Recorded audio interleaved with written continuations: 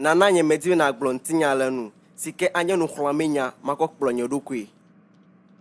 Enuyeta menyobe ewojila na jivi.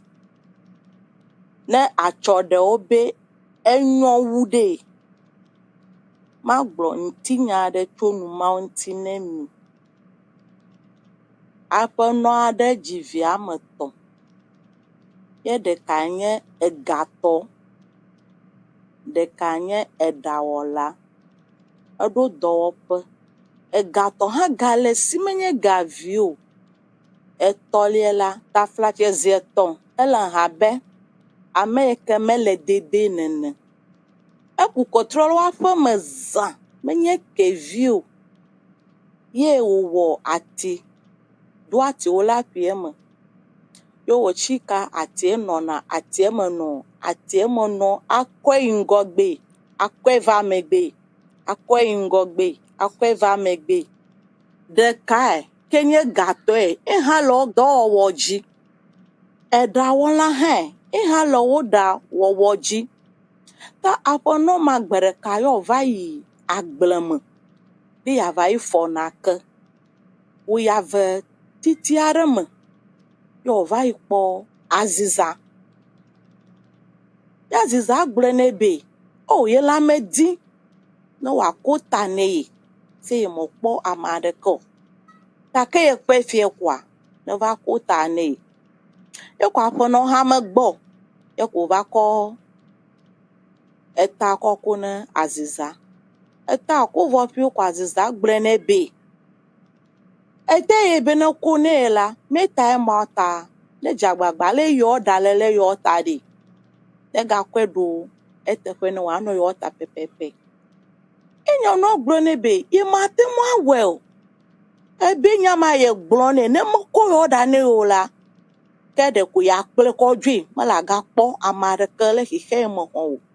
Ya no buta mo vu yo gblene be nya na ne ha.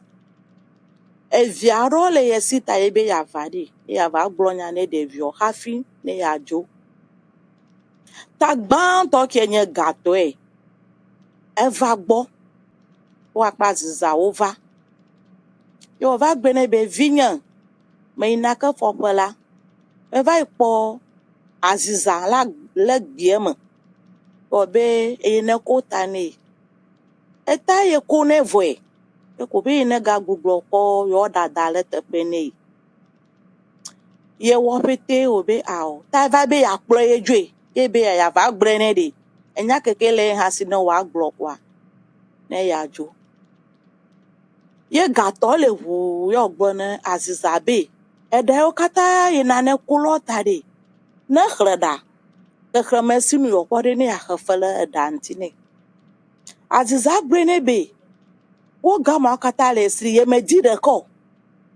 Ta gama pepe male kama le gantine yo. Ati chele una ne gwanya be ya. Ye vi enti yo do la gale si ya. Aziza be mo kwa pepe mane nyata. Bibi adokole ye kloga jwi. Wo ye wu. Ya nwanku gaje de vieke hanye do do kwa eda odwe. Yo ga gbugbo vai hagbo. Vinya. Me inaka fopi. E vai dogo aziza. Obe ye na kota ne. Eta ye kokune va. Yo grene ebe. Eta ye be na kuna ila. Eta kuko meje enti ta ye na ga gbugbo yo da ko do. E de vie grene ebe o nananya. Oh aziza. Bedoku ma wodana. De vie va bobo na inva ko edra va fokpe fio va pe habe wivo. O ko bu aziza ta. Aziza he wivo fugba. Gbene be mera ma di elema. Ye de vie gbeno na ne be nananye e kama kunya ha mate ma we ma. Oh una ne be vinye ebe una enuma ko matawo. Aziza be a apo no famijo. Na ne gaje aziza ayo mu. Wo ye we ko be ha. Ye vide kalele de. Ya va ikrai ha ka fine ya jo. Aziza magbo. O gava de vie ki eta frezeto. Ta gbomele no de. Ka fi no ava pie mala. E ke la pie menye ke vion.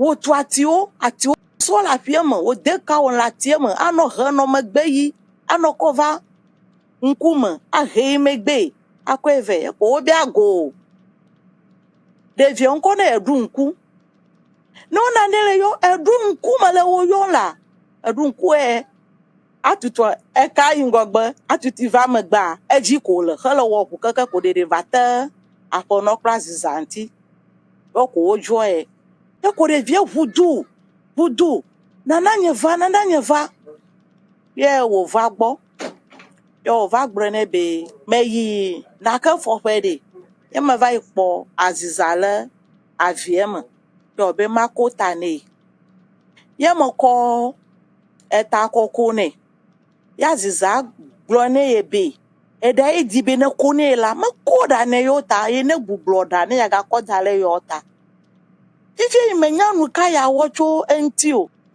iva to no vi opete gba umenya nuka na wota ife ha eva eklapa kone aziza na wa pro epi ko edum kule hu ko obi aziza be edibe ya glone be zozo ye wozo zo ke eji kafi va ye gbode ne jagbagba no wa tutu wa foka le ekajine no to tutu afoka le kajine kwa hala pro inane adwe na ziza bobo wo tutu ka hu wo tutu afoka hu ko afoka bubu gava azizala gajebo aga tutu afoka bubu gava na ziza tutu bubu gava aziza wonu ma je fifie me nya vi o ye kwa aziza kweku aziza chodu ojo san ojo le nyon okui